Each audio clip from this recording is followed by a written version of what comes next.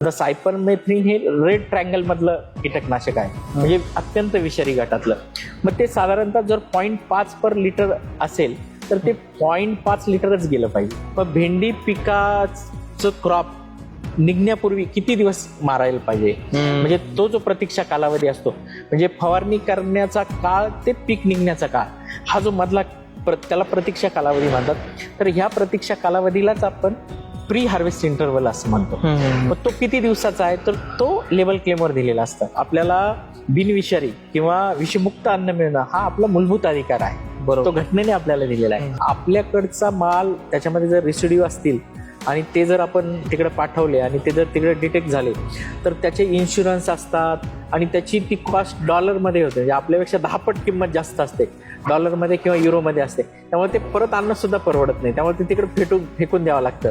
आणि दुसरं, ते डिस्ट्रॉय करायचे वेगळे चार्जेस असतात. प्रत्येक 100 नागरिकांमागे 14 लोकांना आज कर्करोग निदान होत आहे. आज शिरोळमध्ये कर्करोगाचं प्रमाण प्रचंड मोठ्या प्रमाणात वाढलेलं आहे. जर तुमच्या जमिनीमध्ये सेंद्रिय कर्बाचं 1% प्रमाण असेल तर तुमची माती अतिशय चांगली उपजाऊ होऊ शकते. परंतु जर तुमच्या मातीमध्ये सेंद्रिय कर्बाचं प्रमाण 0.2 0.3 इतकं कमी असेल, एवढ्यापर्यंत खाली आलेलं आहे. म्हणजे आज संपूर्ण भारताची जर आपण आकडेवारी पाहिली तर सेंद्रिय कर्बाचं प्रमाण हे 0.2 ते 0.4 इतकं कमी प्रमाणात आहे. म्हणजे आपल्या सगळ्या जमिनी आहेत ह्या सिक सॉइल आहे असं आपण म्हटलं तरी वावगं ठरणार नाही. ज्यावेळेस जमिनीचा ऑर्गॅनिक कार्बन 1% पर्यंत येतो त्यावेळेस जमिनीचा जो सामू आहे तो उदासीन व्हायला सुरुवात होते. म्हणजे आज जर आपण पाहिलं तर जमिनीचा सामू हा अल्कलाईन झालेला आहे, विम्लयुक्त झालेला आहे. मग जेवढा सामू अल्कलाईन होईल तेवढं अन्नद्रव्य जे आहेत या अन्नद्रव्याचे क्षारामध्ये रूपांतर होतं. आपण सपोज युरिया टाकला,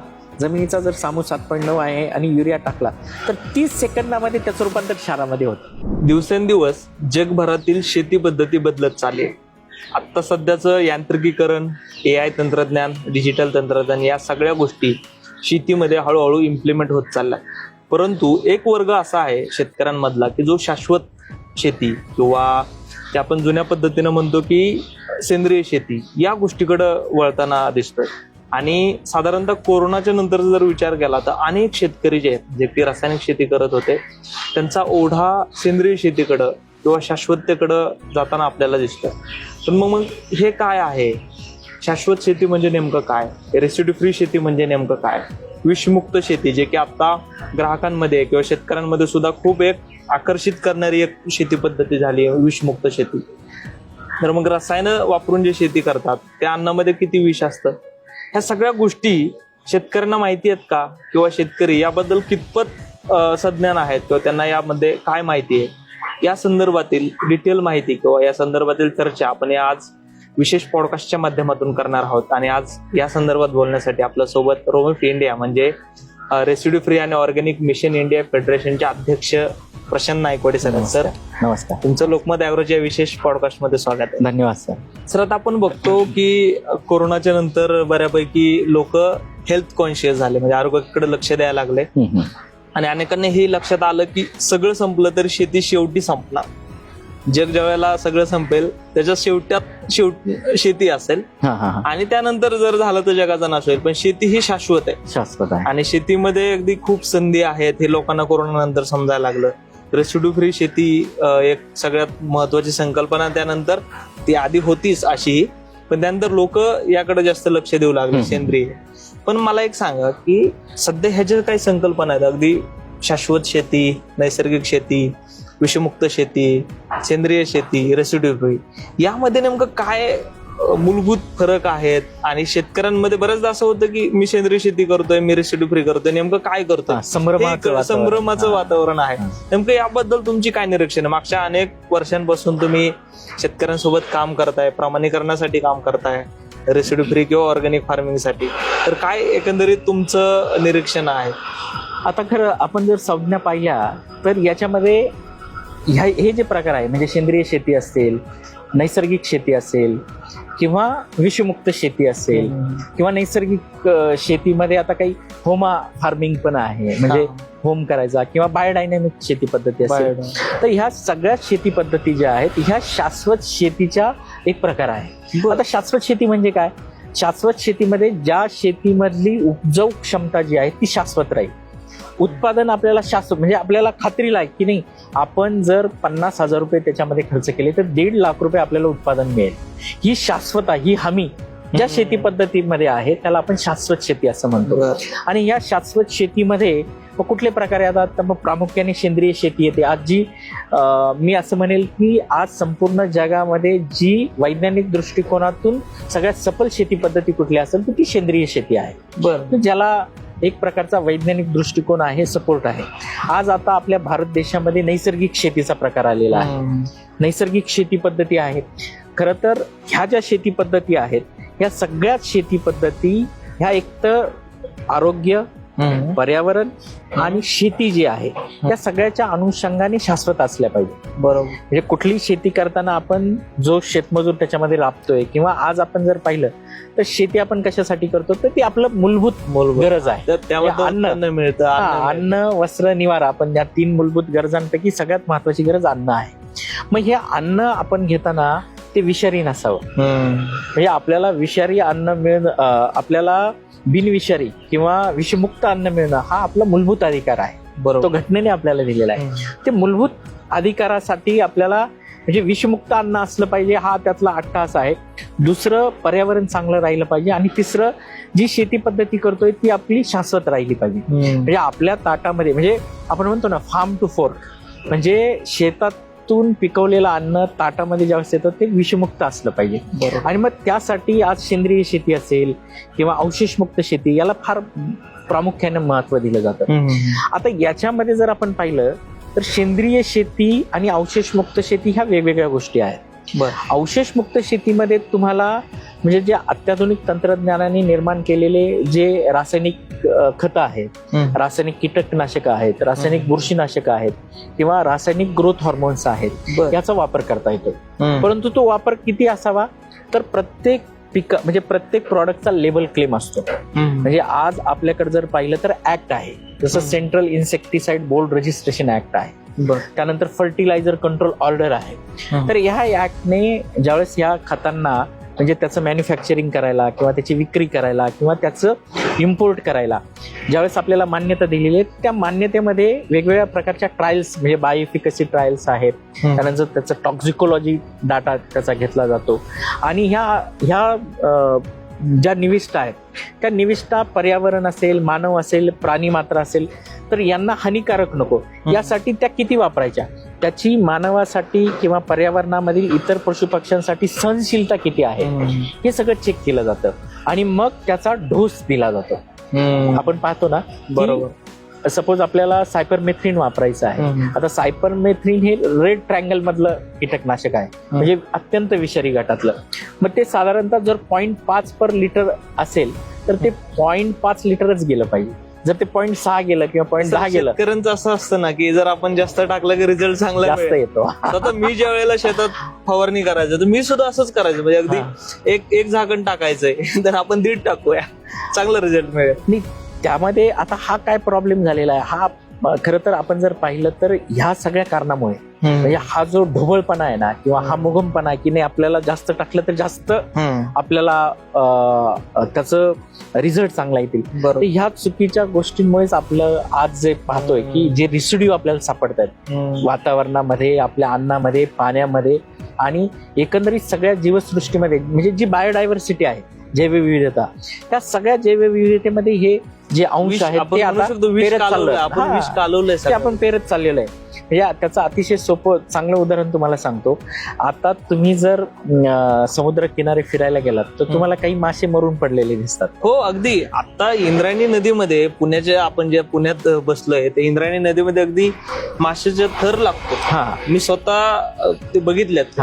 तर तो कशामुळे, तर जी इंडस्ट्रीयल वेस्ट वॉटर त्या पाण्यामध्ये जातं, त्याचप्रमाणे शेतीमध्ये जे पाणी आहे, जे एक्सेस वॉटर आपण रन ऑफ होतं, ते पाणी जेव्हा ह्या नदीच्या स्रोतामध्ये जातं तर हे सगळे केमिकल, जे खताचे अवशेष असतील, केमिकलचे अवशेष असतील, हे सगळे त्या नदीतून पाण्यात येतात आणि पाण्यातून त्या हे जे प्राणी मात्र आहेत जसं मासे असतील किंवा ऑक्टोपस असतील किंवा प्रॉन्स असतील याच्या शरीरामध्ये जातात आणि तेही आपलं अन्न असल्यामुळे ते परत आपल्या मानवी शरीरामध्ये येतात. आणि ज्यावेळेस अशा रसायनांच्या अंशांचं नेहमी संकलन आपल्या शरीरात वेगवेगळ्या पार्टमध्ये होत राहतं. त्याच्यानंतर मग कर्करोगासारख्या व्याधी किंवा वेगवेगळ्या व्याधी त्यामध्ये निर्माण होतात. त्याच्यामुळे आज जर आपण पाहिलं तर शाश्वत शेतीमध्ये ह्या सगळ्या शेतींचा पर्याय आपल्याकडे आहे. त्याच्यामध्ये विषमुक्त शेती म्हणजे विषमुक्त शेतीमध्ये आपण अवशेषमुक्त शेती जर म्हटलं तर रासायनिक अवशेषमुक्त शेतीला जास्त रेसिड्यू फ्री फार्मिंगला त्याला जास्त प्राधान्य द्यायला पाहिजे. कारण आज जर आपण पाहिलं आज जी आपली निर्यात चालते, द्राक्षाची निर्यात आहे, डाळिंबाची निर्यात आहे, संत्र्याची निर्यात आहे, आता ड्रॅगन फ्रुट्स मोठ्या प्रमाणात येतं त्याची निर्यात होते. तर ह्या सगळ्या निर्यातीमध्ये रेसिड्यू फ्री फार्मिंगलाच प्राधान्य देण्यात येतं. म्हणजे आंतरराष्ट्रीय पातळीवरचा जर विचार केला तर रेसिड्यू फ्रीलाच मागणी. हा, आता का मागणी आहे रेसिड्यू फ्रीला? कारण द्राक्ष तुम्ही पहा इतकं सेन्सिटिव्ह आहे. आता थोडा सीझन चेंज झाला म्हणजे जर पाऊस आला किंवा अचानक थंडी पडली तर आपल्याला वेगवेगळ्या प्रकारचे फंगीसाईड वापरावे लागतात, वेगवेगळ्या प्रकारचे ग्रोथ हॉर्मोन्स त्याला वापरावे लागतात. मग आपण ते सेंद्रिय किंवा नैसर्गिक शेती पद्धतीने करू शकतो का? तर त्याचं उत्तर नाही असं आहे. त्यामुळे व्यापारी पिकं जे आहेत ज्याला परदेशात फार मोठ्या प्रमाणात मागणी आहे, त्याला फार मोठ्या प्रमाणात चालना आपल्याला देता येतील, अशा पिकांसाठी आपल्याला रेसिड्यू फ्री फार्मिंग जे आहे ते एक तंत्र वापरावं लागेल. कारण हे सगळे जे कीटकनाशकं आहेत, खतं आहेत किंवा बुरशीनाशकं आहेत हे तंत्रज्ञानाने निर्माण केलेले आहेत. फक्त ते तंत्रज्ञानाने वापरताना ते किती वापरावं त्याच्यासाठी प्रत्येक गोष्टीचं पीएच हे लेबल क्लेम दिलेलं आहे आणि त्या लेबल क्लेम मध्ये PHI दिलेला असतो. म्हणजे साधारणतः आपल्याला सायपरमेथ्रिन वापरायचं असेल तर ते सपोज आपल्याला ते भेंडी पिकावर वापरायचं आहे, मग भेंडी पिकाचं क्रॉप निघण्यापूर्वी किती दिवस मारायला पाहिजे, म्हणजे तो जो प्रतीक्षा कालावधी असतो म्हणजे फवारणी करण्याचा काळ ते पीक निघण्याचा काळ, हा जो मधला त्याला प्रतीक्षा कालावधी म्हणतात. तर ह्या प्रतीक्षा कालावधीलाच आपण प्री हार्वेस्ट इंटरवल असं म्हणतो. मग तो किती दिवसाचा आहे तर तो लेबल क्लेमवर दिलेला असतं, प्रत्येक औषधावरती दिलेलं असतं. आता याच्यामध्ये प्रत्येक पिकासाठी अजून डेव्हलप झालेलं नाहीये, त्याच्यावर काम चालू आहे. हे आंतरराष्ट्रीय स्तरावर काम चालू आहे. आपल्या इंडियन काउन्सिल ॲग्रिकल्चर रिसर्च सुद्धा त्याच्यावर काम करतं. आणि प्रामुख्याने आपण जागतिक स्तरावर जर पाहिलं तर कोडेक्स एलिमेंटरियस नावाचं फूड स्टँडर्ड आहे, ते फूड स्टँडर्ड याच्यावर फार मोठ्या प्रमाणात काम करतं. त्यामुळं आज बहुतांशी जे पिकं आहेत त्याचे PHI आलेले आहे आणि PHI ला जोडूनच MRL आहे, म्हणजे मॅक्झिमम रेसिड्यू लिमिट, बरोबर, किंवा त्याला लेव्हल पण असं म्हणतो. आता हे मॅक्झिमम रेसिड्यू लिमिट काय आहे? तुम्ही जे म्हणत होता की 0.5 ग्रॅम असेल पर लिटर तर ते 0.5 ग्रॅम घेतलं पाहिजे, बरोबर. याचा अर्थ काय की 0.5 ग्रॅम हे त्या किडीवर पण काम करतं आणि ते पिकांना, प्राणी मात्रांना, मानवाला सहनशील आहेत, त्याच्यातून कुठलाही दुष्परिणाम घडणार नाही, बरोबर. म्हणजे त्याचं 0.5 जी लेवल आहे ती सहनशीलता आहे, बरोबर. हा, म्हणजे ती रेजिस्टंट आहे, म्हणून मग ते 0.5 त्याला मॅक्झिमम रेसिड्यू लिमिट असं म्हणतो. मग PHI आणि MRL घेऊन आपण कुठलंही ज्यावेळेस कीटकनाशकं, बुरशीनाशकं किंवा वेगवेगळ्या प्रकारचे जे खतं आहेत, खतं मातीचं जर आपण पृथक्करण केलं तर ज्या प्रमाणात त्या जे खतं आहेत म्हणजे सपोज नत्र, स्फुरद, पालाश किंवा इतर सूक्ष्म अन्नद्रव्ये त्याची कमतरता किती जमिनीमध्ये, त्यानुसार जर आपण रासायनिक खतं टाकले तर रासायनिक खतं, रासायनिक कीटकनाशकं आणि हे सगळेच पदार्थ ही लेबल क्लेम प्रमाणे केलेली शेती, याला आपण रेसिड्यू फ्री फार्मिंग असं म्हणतो. आता रेसिड्यू फ्री फार्मिंग आणि ऑर्गॅनिक फार्मिंग याच्यामध्ये तफावत आहे. आता सेंद्रिय शेतीमध्ये आपल्याला कुठलंही रासायनिक कीटकनाशकं, खतं, बुरशीनाशकं वापरता येत नाही, बरोबर. त्याच्यामध्ये नैसर्गिक निर्मित किंवा नैसर्गिक संसाधनांपासून निर्माण झालेली जी खतं आहेत, औषधं आहेत, त्याचा जर आपण वापर केला आणि अशा पद्धतीची शेती जर आपण केली, म्हणजे सेंद्रिय शेती म्हणजे काय तर सइंद्रिय शेती. सइंद्रिय म्हणजे आपल्या पृथ्वी तलावरचं वातावरण, पाऊस, ऊन, वारा ह्या सगळ्याच घटकांचा वापर करून केलेली शेती म्हणजे सेंद्रिय शेती असा त्याचा अर्थ होतो. आणि याच्यामध्ये नैसर्गिक शेती आता जी पद्धत आलेली आहे नवीन, आता नैसर्गिक शेती म्हणजे काय तर त्याला आपण झिरो टिलेज फार्मिंग असं म्हणतो, बरोबर. म्हणजे नांगरायचं नाही आणि शेती करायची.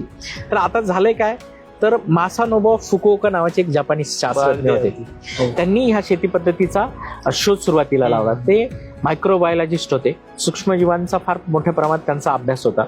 मासानोबु फुकुओकांनी त्यांचं संपूर्ण आयुष्य ह्या नैसर्गिक शेतीच्या तंत्रज्ञानाचा शोध घेण्यासाठी व्यतीत केलं. आता याच्यामध्ये एक गोष्ट अशी आहे की नैसर्गिक शेती म्हणजे काय, तर आपण त्या जमिनीला नांगरायचं नाही किंवा कुठल्याही प्रकारची मशागत करायची नाही. जे म्हणजे आज जे आपण जंगलामध्ये झाडं वगैरे पाहतो, बरोबर, तर ही एक नैसर्गिक शेतीचं अतिशय चांगलं उदाहरण आहे.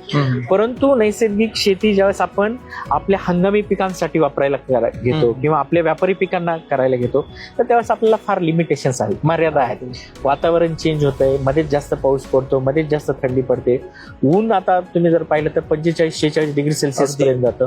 हे सगळं करताना नैसर्गिक शेतीला आपल्याला फार मोठ्या प्रमाणात मर्यादा आहे. मग आता सेंद्रिय शेती आणि नैसर्गिक शेतीमध्ये काय डिफरन्स आहे, तर नैसर्गिक शेती ही 0 टिलेज आहे, बरोबर, आणि सेंद्रिय शेती ही मिनिमम टिलेज म्हणतो, म्हणजे कमीत कमी मशागती करून. बरोबर, परंतु सेंद्रिय शेतीमध्ये आपल्याला एक वातावरण निर्मिती करावी लागते, नैसर्गिक संसाधनांची मदत घेऊन शेतीला पूरक असं वातावरण निर्माण करावं लागतं. त्यामध्ये आपण सेंद्रियमध्ये आपण रासायनिक खतं नाही वापरू शकत, त्यामध्ये वापरू शकत नाही. आणि नैसर्गिक शेतीमध्ये कुठलंच खत वापरायचं नाही. कुठलंच खत फक्त नैसर्गिक निसर्गावरती, म्हणजे जमिनीचा जो ऑर्गॅनिक कार्बन आहे तो सूक्ष्म जीवांद्वारे जास्तीत जास्त कसा वाढवला जाईल, म्हणजे मासानोबा फुकुओकांचं हेच तंत्रज्ञान होतं की सूक्ष्म जीवाणूंचा वापर जास्तीत जास्त करायचा, म्हणजे त्यांना पोषक असं वातावरण निर्माण करायचं. आणि ते बरोबर, म्हणजे बायोलॉजिकल ट्रान्सम्युटेशन नावाचा एक फॅक्टर आहे, ते बायोलॉजिकल ट्रान्सम्युटेशन करतात आणि पिकांना जे जे अन्नद्रव्य पाहिजे ते निर्माण करून देतात. तर अशा प्रकारे अवशेषमुक्त शेती, सेंद्रिय शेती आणि नैसर्गिक शेती हे तिन्ही शाश्वत शेतीचा एक भाग आहे, आणि हे तिघही वेगवेगळे आहेत. सर, आता तुम्ही सांगितलं की रेसिड्यू फ्री शेती, नैसर्गिक शेती, सेंद्रिय शेती, यातला मूलभूत फरक आता समज तुम्ही आता सांगितला. पण आता जो शेतकऱ्यांचा जो ओढा याकडे आहे, त्याबद्दल तुम्ही काय सांगाल? नेमकं याची काय गरज आहे आताच्या एकंदरीत या शेती पद्धतीमध्ये? नाही, आज जर आपण पाहिलं तर आता संपूर्ण जगाचा जर आपण विचार केला तर रेसिड्यू फ्री जी बाब आहे की, म्हणजे तुम्ही जो शेतमाल आम्हाला देताय किंवा फळं देतायत किंवा तुम्ही कुठल्याही शेतातून येणाऱ्या गोष्टी आम्हाला देतात, तर त्याच्यामध्ये कुठलाही अवशेष नसला पाहिजे. संपूर्ण जगामध्ये ही एक मुवमेंट आहे, म्हणजे विषमुक्त, ज्याला आपण म्हणतो की विषमुक्त अन्न आता मिळालं पाहिजे. म्हणजे आज जर तुम्ही पाहिलं तर आपल्या देशातलं जाणारं जे द्राक्ष आहे, डाळिंब आहे किंवा इतर व्यापारी पिकं आहेत, ते सुद्धा म्हणजे एक्सपोर्ट होतात. एकतर ते ऑर्गॅनिक असतील तर एक्सपोर्ट होतात, किंवा रेसिड्यू फ्री जर असतील तरच एक्सपोर्ट होतात. या दोनच बाबी आहेत. आता प्रत्येक देशांनी त्यांची नियमावली अत्यंत कडक केली. आता एक घटना घडली की ते आंबे तिकडं समुद्रामध्ये फेकून दिले, रेसिड्यू सापडला अमेरिकेने. त्याचं होतं असं की त्यांच्याकडे याबद्दल फार स्ट्रिक्ट नियमावली आहे, रेग्युलेशन्स आहे. बरोबर. त्यामुळं आपल्याकडचा माल त्याच्यामध्ये जर रेसिड्यू असतील आणि ते जर आपण तिकडे पाठवले आणि ते जर तिकडे डिटेक्ट झाले तर त्याचे इन्शुरन्स असतात, आणि त्याची ती कॉस्ट डॉलरमध्ये होते, म्हणजे आपल्यापेक्षा 10 पट किंमत जास्त असते डॉलरमध्ये किंवा युरोमध्ये असते. त्यामुळे ते परत आणणं सुद्धा परवडत नाही, त्यामुळे ते तिकडे फेकून द्यावं लागतं. आणि दुसरं, ते डिस्ट्रॉय करायचे वेगळे चार्जेस असतात. त्याच्यामुळे परदेशामध्ये एक्सपोर्ट करताना आपल्याला ह्या गोष्टीची फार काळजी घ्यावी लागते. आणि 2 गोष्टी आहेत, एक तर रेसिड्यू फ्री किंवा ऑर्गॅनिक, या 2 गोष्टी जर असतील तर आपण तो निर्यात करू शकतो. म्हणून गरजेचं आहे. म्हणजे आज जर आपण पाहिलं तर संपूर्ण जगाची मागणीच आहे की आम्हाला विषमुक्तांना, आज तुम्ही पहा, आज सामाजिक माध्यमं आहेत आणि आज शिक्षण क्षेत्र फार मोठं झालेलं आहे, बरोबर, अवेअरनेस होत चाललेला आहे. आपण आज जर भारताच्या दृष्टिकोनातून जर आपण पाहिलं तर इंडियन काउन्सिल मेडिकल रिसर्च असं सांगतं की आज जे कृषी रसायनं आहेत, म्हणजे जे कर्करोगाचं प्रमाण आहे, आता प्रत्येक 100 नागरिकांमागे 14 लोकांना आज कर्करोग निदान होत आहे. तर ते वेगवेगळ्या गोष्टींच्या भयानक परिस्थिती आहे.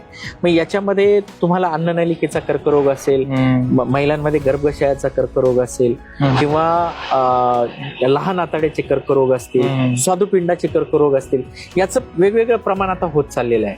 आणि हे सगळं होत असताना आपण जर पाहिलं तर इंडियन काउन्सिल मेडिकल रिसर्च किंवा ऑक्युपेशनल हेल्थ इन्स्टिट्यूट नवी दिल्ली यांनी जो शास्त्रशुद्ध अभ्यास केला, त्याच्यामध्ये एक गोष्ट प्रामुख्याने अशी दिसली की 70 ते 80% जबाबदारीला कृषी रसायनं आहे. आता कृषी रसायनं कशी, तर कृषी रसायनांचा जो वापर होतो तो वापर जर लेबल क्लेम प्रमाणे झाला नाही, तो जर वापर मोगम पद्धतीने झाला, जास्त झाला, तर ही कृषी रसायनं विघटित व्यवस्थित होत नाहीत. आणि ती विघटित झाली नाहीत तर त्याचे अंश जे आहेत ते आपल्या अन्नपदार्थांमध्ये, पाण्यामध्ये आणि वेगवेगळ्या गोष्टीमध्ये ते आढळायला सुरुवात होते. आणि ही बायोडायव्हर्सिटी आहे. म्हणजे आपण जर पाहिलं तर आपण प्राणी मात्रही खातो, आपण मांसाहारी पण आहोत, आपण फुलंही खातो, फळही खातो, फुलांचेही काही प्रकार आपण खातो, किंवा आपण त्याच्यापासून तयार झालेले मद्य पितो किंवा ज्युसेस पितो, किंवा त्याच्यापासून तयार झालेले आपण सॉसेस खातो. तर या सगळ्यामध्ये कुठे ना कुठे हे रिसिड्यू येतात. आणि हे रिसिड्यू म्हणजे एक तर आपल्या शरीरामध्ये वेगवेगळ्या आपले जे पार्ट आहेत बॉडीचे, त्याच्यामध्ये त्याचं संकलन होतं आणि त्याच्यातून मग कर्करोगाची निर्मिती होते. म्हणजे फक्त कर्करोगच होत नाही तर मेंटल रिटार्डेशन जे आहे, म्हणजे मज्जासंस्थेचे आज कितीतरी आजार जे आहेत त्याला कारणीभूत आज रसायनं. आज आपल्याकडं पूर्वी आपण कॅन्सर ट्रेनचं उदाहरण द्यायचं, तुम्हाला कल्पना असेल, जी भटिंडा टू बिकानेर ट्रेन चालते. आणि बिकानेरला टाटाचं जे कॅन्सरवर काम करणारे एक हॉस्पिटल आहे, जे अतिशय मोफत आणि कमी पैशामध्ये विलास आहे. मुंबईमध्ये पण आहे. तर ही ट्रेन चालताना पूर्वी ती बुधवार आणि शुक्रवार चालायची, आज रोज चालते. तर संध्याकाळी 6 वाजता निघते, सकाळी 10 वाजता बिकानेरला पोहोचते. तर का त्याच्यात जास्त कॅन्सर प्रवासी प्रवास करतात, तर ते बिकानेरला हॉस्पिटल आहे म्हणून. आणि त्या म्हणजे याची गिनीज वर्ल्ड बुक मध्ये नोंद अशी झालेली आहे की प्रत्येक वेळी ट्रेन ज्यावेळेस चालते तर प्रत्येक वेळी नव्याने किमान 100 लोक असे असतात त्याच्यामध्ये की ज्यांना नव्याने कर्करोगाची लागण झालेली आहे. म्हणजे हे प्रमाण आज इतक्या मोठ्या प्रमाणात फोफवत चाललेलं आहे. दुसरी महत्वाची गोष्ट, आपण पंजाब फार लांब ठेवू, आज जर आपण शिरोळचं उदाहरण पाहिलं, कोल्हापूरचं शिरोळ, आता मध्ये एक ॲक्वा डॅम, त्याच्यानंतर सेवावर्धिनी आणि शिवाजी विद्यापीठाने एक कार्यक्रम घेतला होता. रोमिफ इंडियाच्या माध्यमातून मी कोल्हापूरला गेलो होतो. त्यांनी त्या शिरोळच्या पाण्याचा अभ्यास केला, मातीचा अभ्यास केला आणि त्याच्यातून आढळणारे जे इंडस्ट्रियल वेस्ट असतील किंवा ॲग्रिकल्चर जे कीटकनाशक आहेत त्याचं प्रमाण किती आहे, काय, त्यांनी कसं कर्करोग होतो, या संदर्भात एक कार्यशाळा घेतली होती. तर त्या कार्यशाळेला मी रोमिफचा प्रतिनिधी म्हणून गेलो होतो. तर आज शिरोळमध्ये कर्करोगाचं प्रमाण प्रचंड मोठ्या प्रमाणात वाढलेलं आहे. हे आज तुम्ही जसं टाटाचं कॅन्सर मेमोरियल हॉस्पिटल बिकानेरला आहे, तसंच ते मुंबईला आहे. बरोबर. मुंबईला आज जर तुम्ही पाहिलं तर जवळपास दरवर्षी 40,000 रुग्ण तिथं कर्करोगाची ट्रीटमेंट घेतात. तसंच नाशिकला मानवता नावाचं हॉस्पिटल आहे, 35,000 रुग्ण एक वर्षात तिथं ट्रीटमेंट घेतात. आणि मुंबईला तर इतकी वाईट परिस्थिती की तिथं हॉस्पिटलला म्हणजे ऍडमिट करायची कॅपॅसिटी त्यांची नाहीये, कॅपॅसिटी संपलेली आहे. पण लोक अगदी रस्त्यावर, तुम्ही ते ओव्हरब्रिजच्या खाली ट्रीटमेंट घेतानाच्या बातम्या एबीपी माझा, आज तकला तुम्ही पाहत असाल. बरोबर. भयंकर परिस्थिती आहे. हे सगळं आता याला कसं आहे की पॅकेज फूड असेल किंवा सौंदर्य प्रसाधने हे सुद्धा तितकंच जबाबदार आहे. परंतु कृषी रसायनांचा याच्यात सगळ्यात जास्त वाटा कसा, तर कृषी रसायनांचा संपर्क आपण जे डेली रोज खातो त्याच्याशी येतो. म्हणजे फळ पिकं असतील, भाजीपाला असेल, अन्नधान्य असेल, त्याच्यामुळे त्याचा डायरेक्ट आपला संबंध खाण्याशी असल्यामुळे त्याचा म्हणजे जे प्रमाण आहे कृषी रसायनांमुळे कर्करोग होण्याचं हे जास्त आहे. बरोबर. सर, आता मला एक सांगा की देशभरामध्ये आता हे एवढं भयानक वास्तव तुम्ही सांगितलं, अगदी महाराष्ट्रातही पटापटा लोक कॅन्सरग्रस्त होतात. तर मग हे जे रसायन आपण कृषीमध्ये वापरतो त्यामध्ये काय म्हणजे तुमच्या तुम्ही एवढ्या शेतकऱ्यांना भेटताय, तुम्ही एवढ्या गव्हर्नमेंट बॉडीवर काम करताय, तुम्ही सेंद्रिय शेतीमध्ये अनेक वर्षापासून काम करताय, तर मग याला कुठेतरी आळा घालता येऊ शकतो का? रसायन खतामध्ये आपल्याकडे काही नियम असे नाही आहेत कसं? नाही, आता ऍक्च्युली नियम आहेत. आता आपण जे मी म्हटलं ना लेबल क्लेम, की लेबल क्लेम म्हणजे काय, तर आपल्याला त्या लेबल क्लेमवर जी माहिती दिलेली आहे त्याप्रमाणेच त्याचा वापर झाला पाहिजे. होतं काय आपल्याला, आता आपल्याकडे शिक्षण जे आहे ना, म्हणजे आता शिक्षण का महत्वाचं आहे, तर चांगल्या आणि वाईट गोष्टी कळणं, हे कुठली गोष्ट चांगली आहे कुठली गोष्ट वाईट आहे हे वर्गीकरण शिक्षणच नाहीये. म्हणजे शिक्षण. तर आपल्याकडे जर तुम्ही पाहिलं तर शेती कोण करतं, तर जो इतर क्षेत्रांमध्ये काही करत नाही तो अडाणी, जो अडाणी. म्हणजे आजही ग्रामीण भागात तुम्ही जर शिकला नाही तर शेती करायला लागेल. आणि मग त्याच्यामुळे काय होतं की हे रसायनं वापरताना, कारण तुम्ही जर पाहिलं तर शेती क्षेत्र हे 100% वैज्ञानिक आहे. बरोबर. म्हणजे आज जर तुम्ही पाहिलं, आज तुम्हाला थोडा जरी त्रास व्हायला लागला आरोग्याच्या दृष्टिकोनातून तर तुम्ही MS MD डॉक्टरांकडे जातात. किंवा आपली साधी व्हेकल खराब झाली तर तुम्ही चांगल्यातलं चांगलं गॅरेज शोधता की जे इंजिनियर लोक तिथे काम करतात. तसं पण शेतीकडे बघण्याचा दृष्टिकोन कसा आहे, अतिशय उलटा आहे. म्हणजे ज्या क्षेत्राला एवढं मोठं विज्ञान आहे ते क्षेत्र आपण अतिशय मुगमपणे काम सोडून दिलंय अगदी सोडून दिल्यासारखं आहे. तुम्ही आदिवासी पाड्यांवर जा किंवा ग्रामीण भागात अजूनही पहा, शेतकरी कृषी विद्यापीठ किंवा तज्ञांचं ऐकत नाही. म्हणजे ते मोस्टली काय की एखाद्या शेतकऱ्याला चांगलं उत्पादन आलं तर त्या शेतकऱ्याला ते फॉलो करतात. पण तो शेतकरी किती जिनाईनली त्या शेतकऱ्यांना माहिती देईल याच्यावर सुद्धा ते आधारभूत आहे. आणि आपल्याकडे प्रत्येक किलोमीटर प्रमाणे मातीचा स्ट्रक्चर बदलत जातं, मातीचं टेक्स्चर बदलत जातं. मातीची उपजाऊ क्षमता सगळ्या क्षेत्रामध्ये आपल्याकडे 5 हवामान कृषी विभाग आहेत.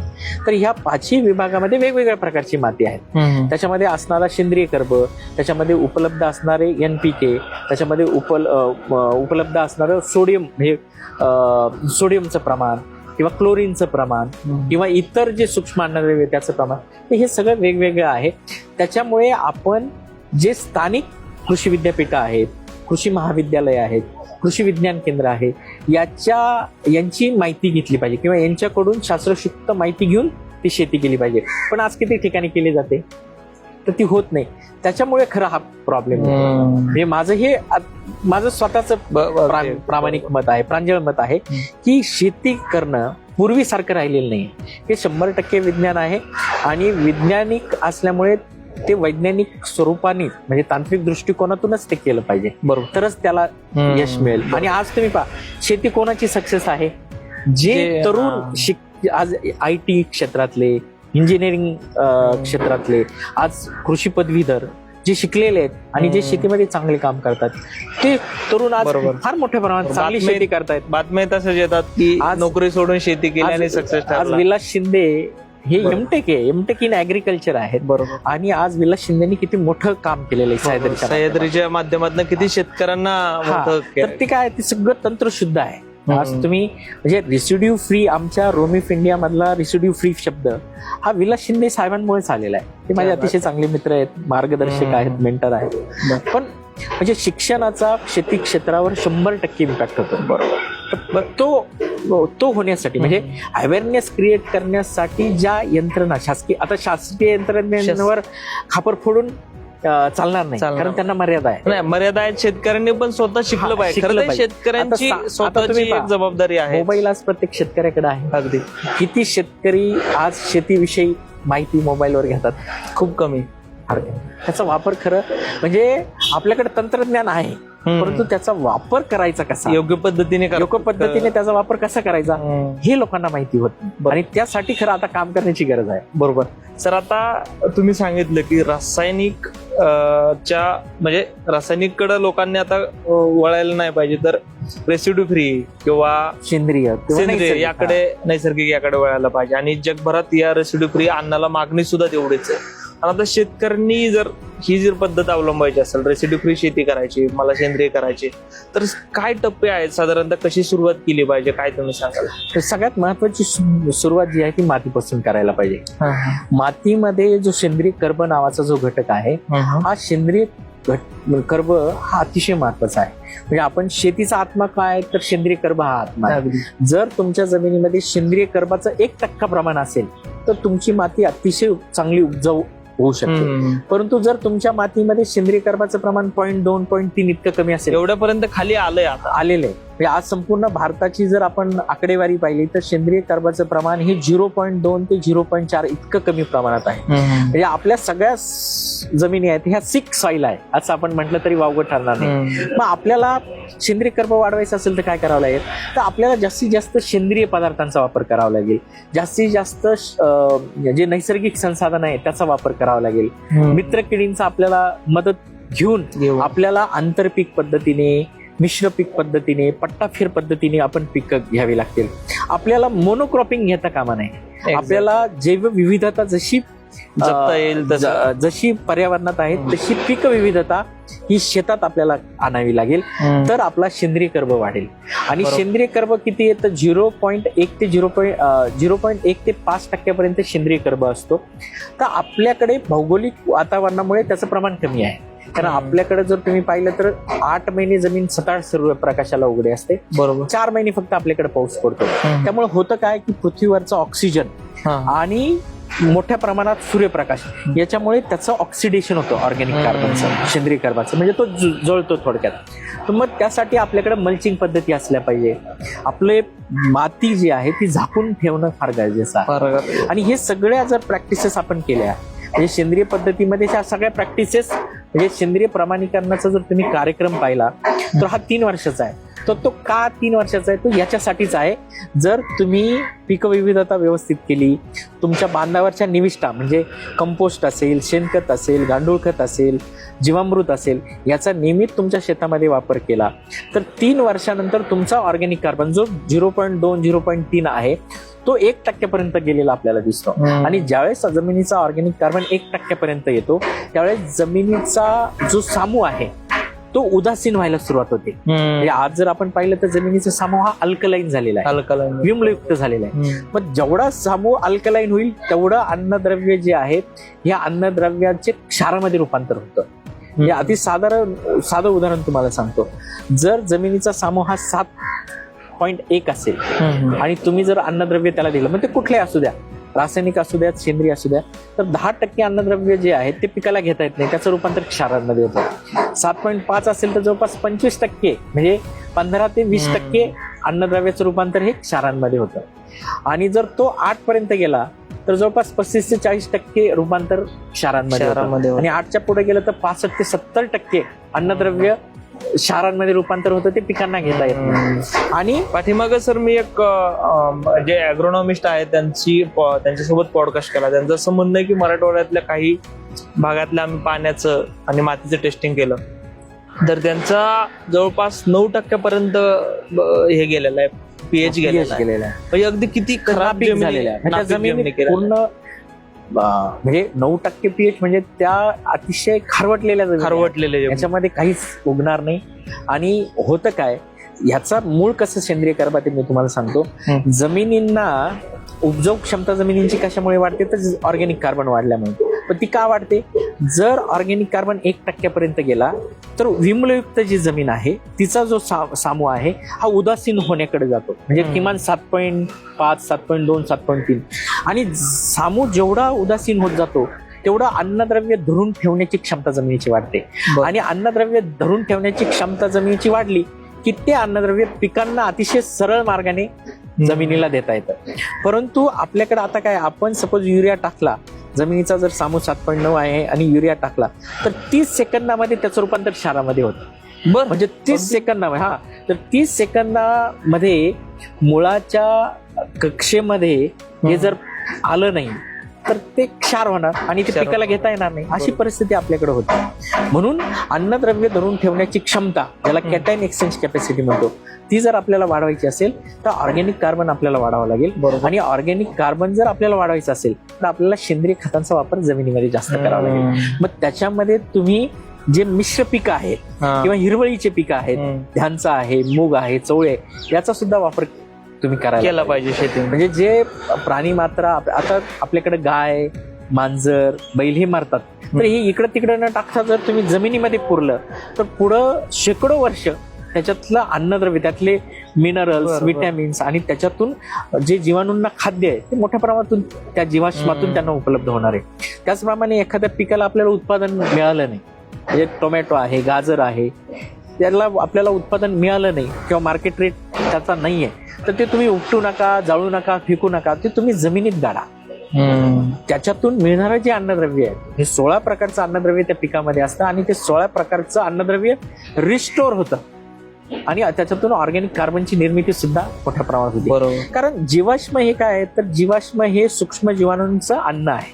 म्हणजे नायट्रोसोमोनास, नायट्रोसोकोकास ही जे बॅक्टेरिया आहेत, हे बॅक्टेरिया ह्या जीवाणूंना, हे जे सेंद्रिय पदार्थ आहेत त्याच्यावर अटॅक करतात, त्या सेल त्या वेगवेगळ्या करतात आणि त्याच्यातून सेंद्रिय कार्बनची निर्मिती होते आणि इतर सूक्ष्म अन्नद्रव्य, मुख्य अन्नद्रव्य पिकांना उपलब्ध ते करून देत असतात. म्हणजे आपल्याला जर या शेती पद्धतीकडे वळायचं असेल, रेसिड्यू फ्री किंवा नैसर्गिक किंवा सेंद्रिय, तर सगळ्यात आधी तुम्हाला मातीचं आरोग्य करावं लागेल. आपल्याला त्याच्यामध्ये म्हणजे पंचसूत्री त्याची अशी आहे की एक तर सगळ्यात महत्वाचं, तुम्ही जमिनी जास्त खोल नांगरल्या नाही पाहिजे. दुसऱ्या, तुम्ही जमिनी ह्या सूर्यप्रकाशाला सताड उघड्या ठेवल्या नाही पाहिजे. मल्चिंग काहीतरी पाहिजे, नैसर्गिक मल्चिंग पाहिजे. तिसरी महत्वाची गोष्ट, तुम्ही आंतरपीक पद्धती त्याच्यामध्ये घेतल्या पाहिजे. अवलंबलीच पाहिजे. चौथी महत्वाची त्याच्यामध्ये पद्धत आहे, तुमचं मृदा आणि जल संधारण जे आहे ते व्यवस्थित असलं पाहिजे. म्हणजे जे रन ऑफ सॉइल होते ते तुम्ही व्यवस्थित केलं पाहिजे. पाण्याचा व्यवस्थित वापर तुम्ही केला पाहिजे. आणि सगळ्यात महत्वाची गोष्ट की आपल्या जी पीक विविधता आहे, या पीक विविधतेला अनन्यसाधारण महत्व आहे, त्याचं जतन आपण केलं पाहिजे. बरोबर. आणि पीक विविधतामध्ये आता पीक विविधतेचं दुसरं सायंटिफिक तुम्हाला महत्व सांगतो. जर पीक विविधतेमध्ये जर आपण 4 ओळी कपाशीच्या लावल्या आणि 2 ओळी आपण मोहरीच्या लावल्या, परत 4 ओळी आपण कपाशीच्या लावल्या, 2 ओळी आपण मकाच्या लावल्या, तर काय स्ट्रक्चर तयार होतं मी तुम्हाला सांगतो. आपल्या जमिनीमध्ये नायट्रोजन हवा असतो. तर ही जी मोहरी आहे किंवा चवळी आहे, म्हणजे द्विदल वर्गीय वनस्पती जर आपण त्याच्यामध्ये घेतलं तर ते आपल्या पिकांना नायट्रोजन उपलब्ध करून देतात.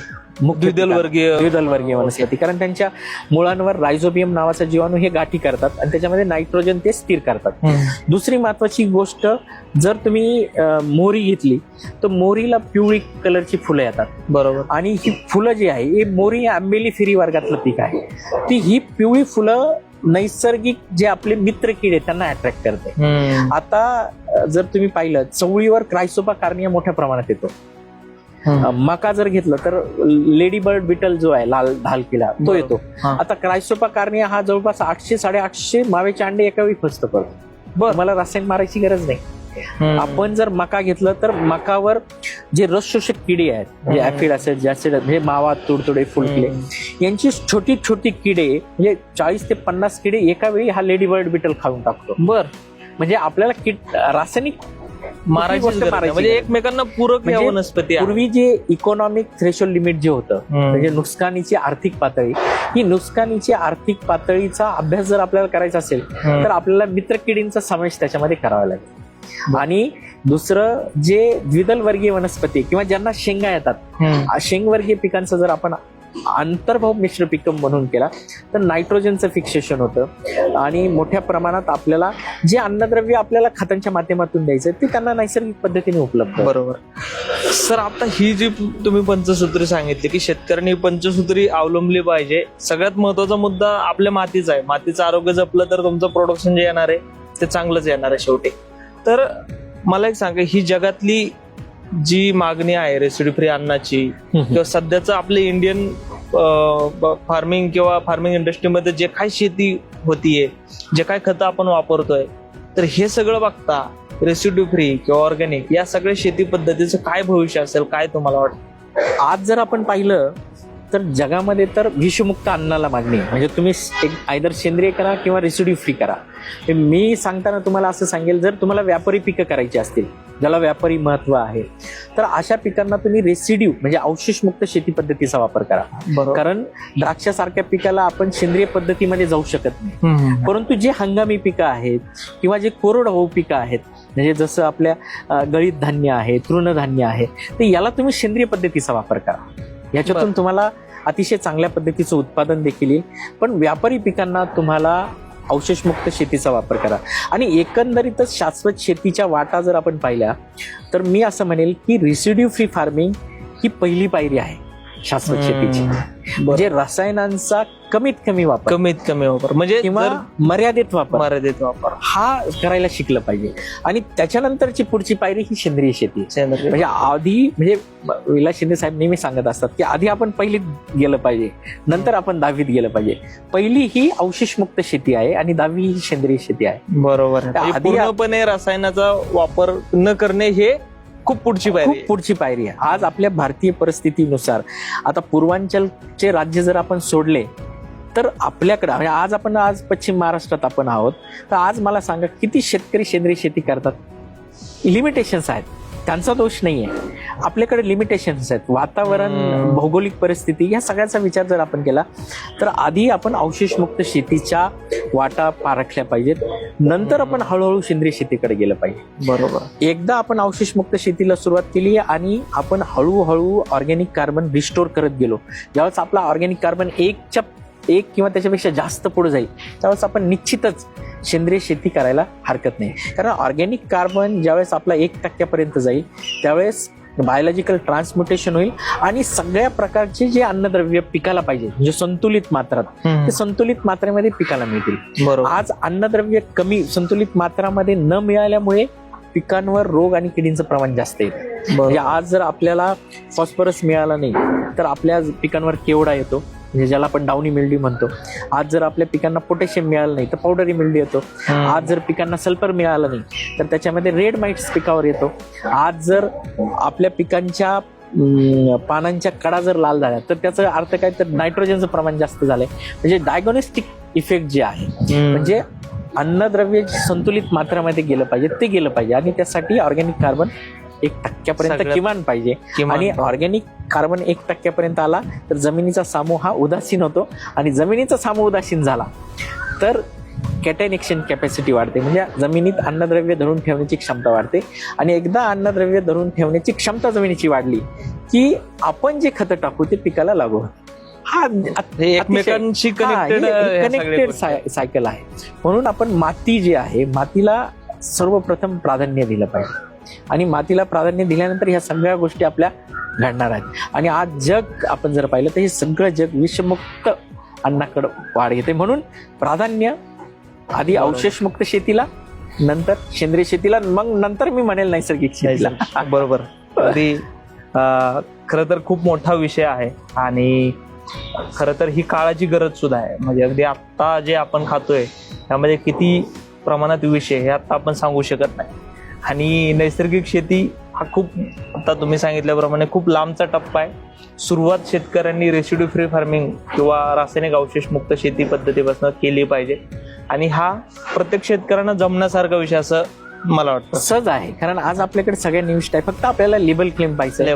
आता लेबल क्लेम जर आपल्याला नसेल तर आता आपल्याकडे, आता मी एक झिरो रेसिड्यू नावाचं पुस्तक लिहिलेलं आहे त्यासाठी, तर तुम्ही ते पुस्तक रेफर करू शकता. किंवा ॲग्रोवन सारखा दैनिक आहे ते तुम्ही रेफर करू शकता. किंवा तुमच्या आता लोकमतचं जे पॉडकास्ट आहे ते लोकमतच्या पॉडकास्टमध्ये वेगवेगळ्या तज्ञांच्या मुलाखती तुम्ही घेता आणि हे एका क्लिकवर उपलब्ध आहे शेतकऱ्याच्या मोबाईलमध्ये, ते तुम्ही रेफर केलं पाहिजे. म्हणजे ह्या सगळ्या गोष्टींचा, किंवा कृषी विद्यापीठ आहे, कृषी विज्ञान केंद्र आहे, यांचा पिकनिहाय तंत्रज्ञान जर तुम्ही पाहिलं आणि त्यानुसार जर केलं तर अतिशय सोपं आहे. अतिशय सोपं आहे. बरोबर. फक्त आपली मानसिकता हवी की आपल्याला ते करायचं आहे, हे महत्त्वाचं. खरं तर शेतकऱ्यांना म्हणजे यासाठी मार्केट सुद्धा अवेलेबल आहे, रेसिड्यू फ्री जे काय आपलं शेतमाल उत्पादित होतो. परंतु शेतकऱ्यांनी हे केलं पाहिजे. शेतकऱ्यांनी सुरुवात ही मातीपासून केली पाहिजे, त्यानंतर टप्प्याटप्प्याने जे सरांनी आता सांगितलं एकंदरीत या पॉडकास्टच्या माध्यमातून तुम्हाला ज्या गोष्टी कळाल्यात तर त्याचा अंमलबजावणी आपण शेतामध्ये केली पाहिजे. आंतरपिका असतील किंवा जी बहुविध पीक पद्धती सरांनी सांगितली, तर खरं तर हा खूप मोठा विषय. आपण येणाऱ्या काळामध्ये टप्प्याटप्प्याने रेसिड्यू फ्री फार्मिंगचा आता पुढचा टप्पा, आता आपण या शेती पद्धतीची ओळख, सुरुवात कशी केली पाहिजे या सगळ्या गोष्टीवर चर्चा केली. येणाऱ्या काळात त्याचा पुढचा आपण टप्पा आणि असेच वेगवेगळे विषय घेऊन तुमच्यासोबत खरं तर रेसिड्यू फ्री फार्मिंग याबद्दल बोलत राहू. आता आपण इथेच थांबूयात. सर, तुम्ही आम्हाला वेळ दिला त्याबद्दल खूप खूप धन्यवाद. आणि तुम्हालाही याबद्दल काही प्रश्न असतील तर आम्हाला कमेंट करून नक्की सांगा. आणि अशा पद्धतीने वेगवेगळे पॉडकास्ट, वेगवेगळे विषय जर तुम्हाला चर्चा घडवून आणावीशी वाटत असेल तर तेही आम्हाला कमेंट करून नक्की सांगा. इथेच थांबूयात. धन्यवाद.